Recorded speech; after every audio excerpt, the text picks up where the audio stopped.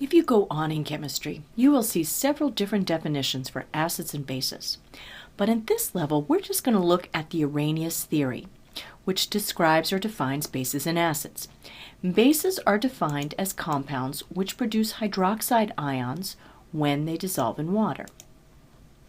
So here we have sodium hydroxide.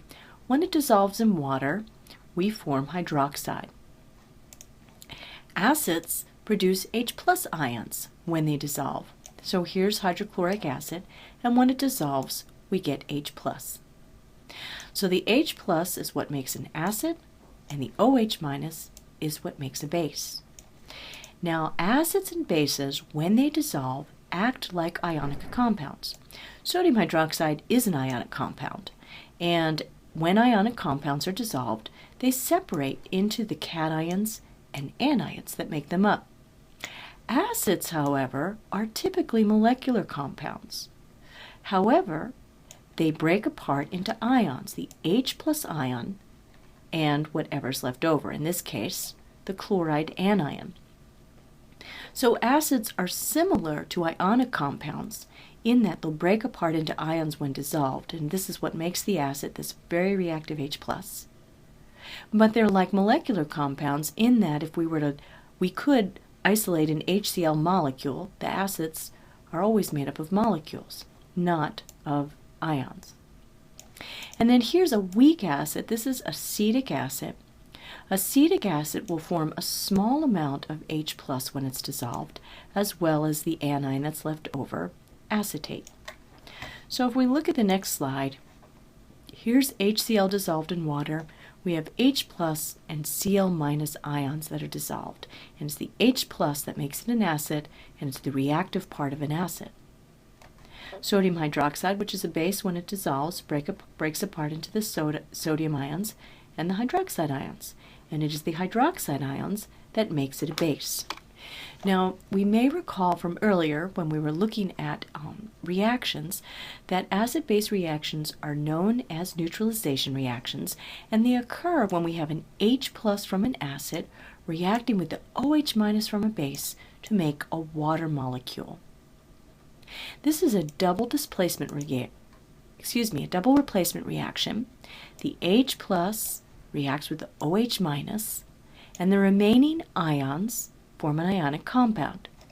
So the chloride is going to react with the sodium and will form sodium chloride as well as water.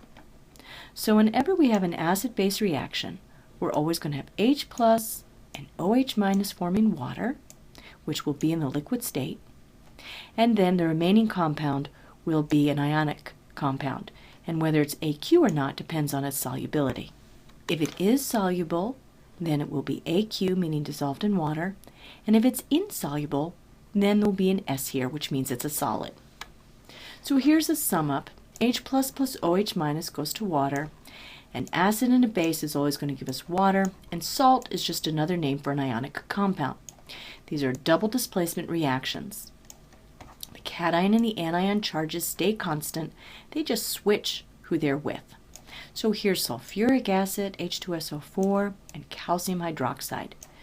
The two H pluses from the acid react with the two OH minuses from the base to form two water molecules.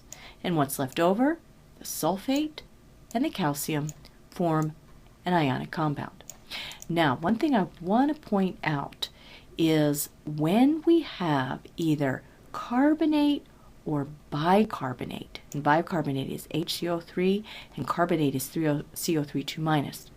Whenever carbonate or bicarbonate react with an acid, we're going to form carbon dioxide and water.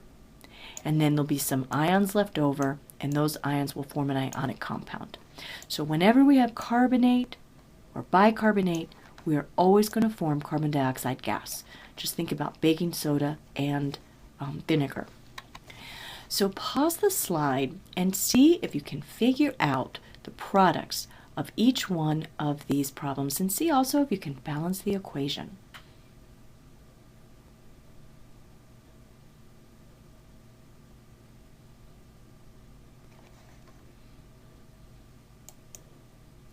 Okay. Okay, so let's look at our first example. We have chloric acid reacting with lead 4 hydroxide. We know that each H plus from the acid is going to react with an OH minus to form water. If I have 4 hydroxides, which I do, I'm going to need 4 H pluses. What's left over after the H plus and the OH minus react? We have lead with a +4 charge and chlorate, which has a -1 charge. When I form the ionic compound from those, this is its formula. Now, I don't think that chlorate is on your solubility chart, so you wouldn't know if this was a solid or not. And in your test, I would only give you, I really wouldn't care too much about the state. What I care about is that you can add the acid and the base. On the final, I would care about the state because it's a cumulative final. But at this point, what I care about is that you can react the H plus with the OH minus and balance the equation. Now let's look at calcium carbonate, which is a solid, reacting with nitric acid. Now remember, anytime we have a carbonate or a bicarbonate, we're going to form carbon dioxide gas and water.